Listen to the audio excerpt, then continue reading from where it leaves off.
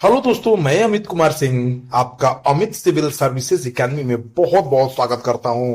दोस्तों, मेरे चैनल पर आपको डेली बिहार करंट अफेयर्स देखने को मिलते हैं, जिसमें मैं आपको 6 अखबारों का निचोड़ शामिल करता हूं। सबसे तेज खबर दोस्तों मैं आपको देता हूं, सबसे तेज करंट अफेयर्स 8 अक्टूबर का मतलब दोस्तों 8 अक्टूबर के सारे करंट अफेयर्स इसमें शामिल रहेंगे। ठीक है दोस्तों, तो हमारे चैनल से जुड़ जाइए, चैनल को सब्सक्राइब करिए। सबसे वाजिब और सबसे जेन्यून न्यूज आपको बिहार का इसमें मिलेगा और राष्ट्रीय और अंतर्राष्ट्रीय खबरों का। दोस्तों, फालतू की चीजें नहीं, जो जरूरी है exam of point of view से, वो आपको मेरे चैनल पर मिल जाएगा। तो चलते हैं आज के पहले क्वेश्चन की तरफ। ठीक है दोस्तों, बिहार के किस जिले में दूसरा टाइगर रिजर्व बनाने के लिए केंद्र सरकार ने मंजूरी दे दी है? तो देखिए दोस्तों, कैमूर वन्य जीव अभयारण्य जो बिहार का सबसे बड़ा वन्य जीव अभयारण्य है, वाल्मीकि टाइगर रिजर्व यानी वाल्मीकि वन्य जीव अभयारण्य से भी बड़ा है दोस्तों ये। दक्षिण बिहार के कैमूर वन्य जीव अभयारण्य को बिहार के दूसरे टाइगर रिजर्व के रूप में विकसित किया जाएगा।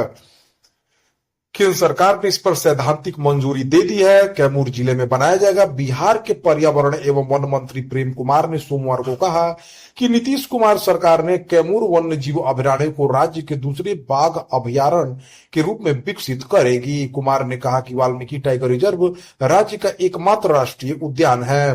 कैमूर वन्य जीव अभयारण्य 1504 वर्ग किलोमीटर के क्षेत्र में फैला हुआ है। बीटीआर में बाघों की संख्या अब 54 हो गई है। यह बिहार के लिए एक बड़ी उपलब्धि है। बीटीआर पश्चिमी चंपारण जिले में स्थित वाल्मीकि अभयारण्य 909 वर्ग किलोमीटर के मुख्य क्षेत्र में फैला हुआ है। तो कैमूर वन्य जीव अभयारण्य बड़ा है दोस्तों। बिहार में सबसे अधिक वन जो है वो कैमूर जिले में ही है। कैमूर का पठार चूना पत्थर के लिए प्रसिद्ध है। बहुत बार एग्जामों में ये पूछा जा चुका है, और ये किसमें वन है ये तो कितने बार पूछा है इसका ठिकाना नहीं है दोस्तों। तो याद रखिए, इंपॉर्टेंट पॉइंट ऑफ फैक्ट्स में मैं बता रहा हूं। बिहार का सबसे बड़ा अभयारण्य कैमूर वन जीव अभयारण्य है। कैमूर जिला में मां मुंडेश्वरी का अद्भुत मंदिर है, जिसके चलते यहाँ काफी पर्यटक आते जाते रहते हैं। मां मुंडेश्वरी का मंदिर विश्व का सबसे प्राचीन मंदिरों में से एक है। तो ये हो गया दोस्तों आपको कैमूर के बारे में जानकारी। तो दोस्तों, बिहार के कैमूर जिले में दूसरा टाइगर रिजर्व बनाया जाएगा। दिल्ली में आयोजित नक्सल उन्मूलन सम्मेलन में गृह मंत्री अमित शाह के साथ उप मुख्यमंत्री सम्राट चौधरी ने बैठक की है। उनके अनुसार सम्राट चौधरी ने बताया है कि वर्तमान में बिहार में कितने नक्सल प्रभावित जिले हैं? तो दोस्तों 8 हैं। 2018 में बिहार में 16 नक्सल प्रभावित जिले थे। वर्तमान में केवल 8 जिले नक्सल प्रभावित है, और उनमें भी दोस्तों सबसे ज्यादा प्रभावित जिले गया, औरंगाबाद, जमुई, लखीसराय, मुंगेर सर्वाधिक नक्सल प्रभावित जिले हैं। इस बैठक में राज्य के मुख्य सचिव अमृत लाल मीणा तथा डीजीपी आलोक राज मौजूद रहे। इस नक्सल उन्मूलन सम्मेलन का मुख्य उद्देश्य यही था कि नक्सलियों को खत्म किया जाए और हमारे भारत के जिलों को, बिहार के जिलों को नक्सल प्रभाव से मुक्त किया जाए। बिहार ने 38वीं सब जूनियर बालक नेशनल हैंडबॉल प्रतियोगिता में कौन सा पदक जीता है? तो दोस्तों कांस्य पदक। बिहार ने 38वीं सब जूनियर बालक नेशनल हैंडबॉल प्रतियोगिता में तृतीय स्थान प्राप्त किया है, यानी कांस्य पदक जीत लिया है। तेलंगाना के नादुर्गुल में आयोजित सब जूनियर बालक वर्ग के इस महत्वपूर्ण प्रतियोगिता में बिहार ने कांस्य पदक जीता है। बिहार टीम की इस उपलब्धि पर बिहार हैंडबॉल के महासचिव ब्रज किशोर शर्मा ने बधाई दी है। बिहार के खेल मंत्री सुरेंद्र मेहता है। बिहार खेल प्राधिकरण के महानिदेशक रविंद्र शंकरन है। दोस्तों, बिहार के राजगीर में दोस्तों आप जानते हैं कि सबसे बड़े अंतर्राष्ट्रीय खेल दिवस का, अंतर्राष्ट्रीय खेल स्टेडियम का उद्घाटन किया गया। खेल विश्वविद्यालय बनाया गया है। राजगीर में खेल पुस्तकालय बनाया जा रहा है, और साथ ही साथ दोस्तों जो है एशिया महिला चैंपियनशिप का आयोजन भी दोस्तों राजगीर में किया जाएगा, जिसके लोगों का अनावरण कल किया गया था। लोगों में दोस्तों लोगो और जो है आपको जो शुभंकर बनी है वो गुड़िया बनी है, जो गौरैया का स्वरूप है। गुड़िया ने हॉकी हाथ में लेकर अपना, वही मेन उसका शुभंकर है। तो इसको याद रखिए दोस्तों, लोगो क्या है, गुड़िया ने क्या पकड़ा है, हॉकी पकड़ा है, और शुभंकर गुड़िया है जो गौरैया का स्वरूप है। तो ये बहुत इंपॉर्टेंट खबरें हैं, आप हमारे डेली के वीडियो में जान सकते हैं, मैं आपको बता रहा हूं। बिहार के किस जिले में 518 करोड़ की लागत से जेके सीमेंट फैक्ट्री लगाएगी? तो दोस्तों बक्सर जिले में, बक्सर के कांट जगह में 518 करोड़ की लागत से जेके सीमेंट फैक्ट्री लगाएगी। यह प्लांट हेक्टेयर में फैला होगा, जिसका 33% हिस्सा ग्रीन बेल्ट से ढका होगा। इस फैक्ट्री से करीब 250 लोगों को रोजगार मिलेगा। बिहार सरकार एनओसी भी दे चुकी है। सब कुछ ठीक ठाक रहा तो वर्ष 2025 के अंत तक इस फैक्ट्री में उत्पादन भी शुरू हो जाएगा। ये 44वां जगह होगा जहां जेके सीमेंट फैक्ट्री लगाएगी। इस प्लांट की सालाना उत्पादन क्षमता लगभग 30 लाख टन होगी। दोस्तों, हाल ही में बक्सर में आपको बताता हूं, एक नवानगर में विशेष आर्थिक क्षेत्र भी बिहार सरकार बनाने जा रही है। बिहार के कहा दोस्तों, नवानगर में। साथ ही साथ दोस्तों, बिहार के नवानगर में कोको कोला का बॉटलिंग प्लांट भी लगाने की घोषणा की है, लग रहा है। तो बक्सर दोस्तों औद्योगिक क्षेत्र बनते जा रहा है। यहाँ पर बहुत सारी सुविधाएं बढ़ रही है। बिहार के उद्योग मंत्री नीतीश मिश्रा है। बक्सर ही वो राज्य है दोस्तों जहां पर गंगा नदी बिहार में प्रवेश करती है। बक्सर में जो चौसा जगह है, आप जानते हैं, बक्सर और चौसा दोनों फेमस दोस्तों। बक्सर के युद्ध 1764 में हुआ और चौसा का युद्ध दोस्तों 1539 में हुआ। ये दोनों युद्ध बहुत इंपॉर्टेंट है, इतिहास से संबंधित है, ये पूछता भी है एग्जामों में। 2024 के भौतिकी के नोबेल पुरस्कार के लिए जॉन जे हॉपफील्ड और जेफरी ई हिंटन को किस खोज के लिए सम्मानित किया गया है? देखिए दोस्तों, भौतिकी का नोबेल मिला है जॉन जे हॉपफील्ड और जेफरी ई हिंटन को। दोस्तों, इनको मशीन लर्निंग को सक्षम बनाने वाली खोज के लिए इनको दिया गया है। इस साल यानी 2024 के भौतिकी के नोबेल पुरस्कार के लिए जॉन जे हॉपफील्ड और जेफरी ई हिंटन को चुना गया है। जॉन हॉपफील्ड और जेफरी हिंटन को मशीन लर्निंग को सक्षम बनाने वाली खोजों के लिए भौतिकी के नोबेल पुरस्कार से सम्मानित किया जाएगा। साल 2024 के मेडिसिन के नोबेल पुरस्कार से दो अमेरिकी, देखिए दोस्तों, भौतिकी में तो जॉन जे हॉपफील्ड और जेफरी हिंटन को मिला, और दोस्तों पिछले दिन दो मेडिसिन यानी चिकित्सा का नोबेल पुरस्कार दो अमेरिकी विक्टर एम्ब्रोज और गेरी रूकुन को दिया। उन्होंने माइक्रो आरएनए की खोज और उसके पोस्ट ट्रांसक्रिप्शन जीन रेगुलेशन में भूमिका के लिए सम्मानित किया गया है। ठीक है दोस्तों, 1933 में अमेरिका के शिकागो में हॉपफील्ड जन्मे हैं। ठीक है दोस्तों, और जो हिंटन है वो लंदन की रहने वाली हैं, इसको ध्यान रखिए। हाल ही में किस राज्य सरकार ने छात्राओं के लिए नियुक्त मुआयना योजना शुरू की है? तो असम सरकार ने दोस्तों। असम सरकार ने हाल ही में छात्राओं के लिए वजीफा योजना नियुक्त मुआयना की शुरुआत की है। इसके तहत 11 से स्नातकोत्तर तक की छात्राओं को मासिक वजीफा प्रदान किया जाएगा। उच्च माध्यमिक के लिए 1000, डिग्री के लिए 1250 और स्नातकोत्तर छात्रों के लिए 2500 की पहली किस्त एक राज्यव्यापी कार्यक्रम में वितरित की गई। असम के मुख्यमंत्री हिमंत बिस्व शर्मा हैं। असम के राज्यपाल लक्ष्मण आचार्य हैं। असम जो देश है दोस्तों वो गेंडों के लिए प्रसिद्ध है। यहां पर गेंडों का दोस्तों सबसे बड़ा दोस्तों काजीरंगा नेशनल पार्क है, जहां पर गेंडों के लिए प्रसिद्ध है। आगामी महाकुंभ मेला 2025 का लोगो, वेबसाइट और ऐप किसने लॉन्च किया है? तो उत्तर प्रदेश के मुख्यमंत्री योगी आदित्यनाथ ने। उत्तर प्रदेश के मुख्यमंत्री योगी आदित्यनाथ ने शारदीय नवरात्र के दौरान महाकुंभ आगामी 2025 का लोगो, वेबसाइट और ऐप लॉन्च किया। इस लोगो में धार्मिक और आर्थिक समृद्धि का प्रतीक अमृत कलश को दर्शाया गया है, जो समुद्र मंथन की पौराणिक कथा से जुड़ा हुआ है। उत्तर प्रदेश की राज्यपाल आनंदीबेन पटेल हैं।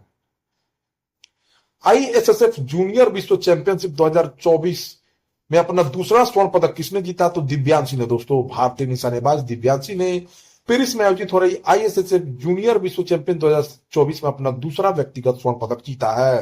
भारत 13 स्वर्ण सहित 21 पदकों के साथ पदक तालिका में शीर्ष पर है। उसके बाद नॉर्वे 10 पदकों के साथ दूसरे स्थान पर है। बीसीसीआई ने किसे अपना एंटी करप्शन यूनिट का नया अध्यक्ष नियुक्त किया? तो शरद कुमार को। भारतीय क्रिकेट कंट्रोल बोर्ड ने पूर्व आईपीएस अधिकारी शरद कुमार को अपनी एंटी करप्शन यूनिट का नया अध्यक्ष नियुक्त किया है। इससे पहले Sharad Kumar national investigation agency के हेड भी रह चुके हैं। उनका कार्यकाल 1 अक्टूबर से शुरू हो गया। वह इस पद पर 3 साल तक रहेंगे। भारतीय क्रिकेट कंट्रोल बोर्ड के अध्यक्ष रोजर बिन्नी हैं। आईसीसी के प्रमुख जय शाह हैं। कैस सैयद दूसरे 5 साल के कार्यकाल के लिए किस देश के राष्ट्रपति चुने गए हैं? तो ट्यूनीशिया के। ट्यूनीशिया राष्ट्रपति कैस सैयद को नए 5 साल के कार्यकाल के लिए दूसरी बार चुना गया है। ट्यूनीशिया अरब सभ्यता वाला एक अफ्रीकी देश है। यह उत्तरी अफ्रीका के मगरिब क्षेत्र का हिस्सा है। इसे 1956 में फ्रांस से आजादी मिली थी। आजादी के बाद देश के प्रथम राष्ट्रपति हबीब बोईगुइबा के नेतृत्व में देश में एक दलीय शासन स्थापित किया गया। देश में लोकतंत्र की कमी और बढ़ती बेरोजगारी के कारण 2011 में दीर्घकालीन राष्ट्रपति जीन अल अब्दीन बेन अली के खिलाफ एक लोकप्रिय विद्रोह हुआ। लोकप्रिय विद्रोह जिसे लोकप्रिय रूप से जैस्मिन क्रांति के नाम से जाना जाता है, ने देश में लोकतंत्र की स्थापना की। ट्यूनीशिया की राजधानी ट्यूनिस मुद्रा दिरा और अध्यक्ष कैस सईद है।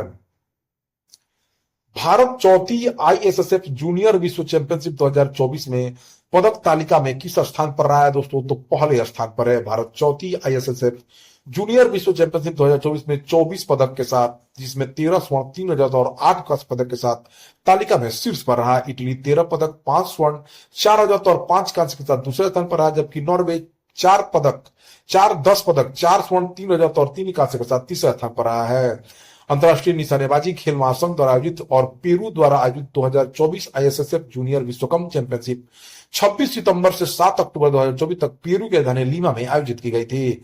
2024 आईएसएसएफ जूनियर विश्व कप चैंपियनशिप में 53 देशों के 553 निशानेबाजों ने भाग लिया, जिसमें भारत ने सबसे बड़ा दल 61 निशानेबाज भेजे थे।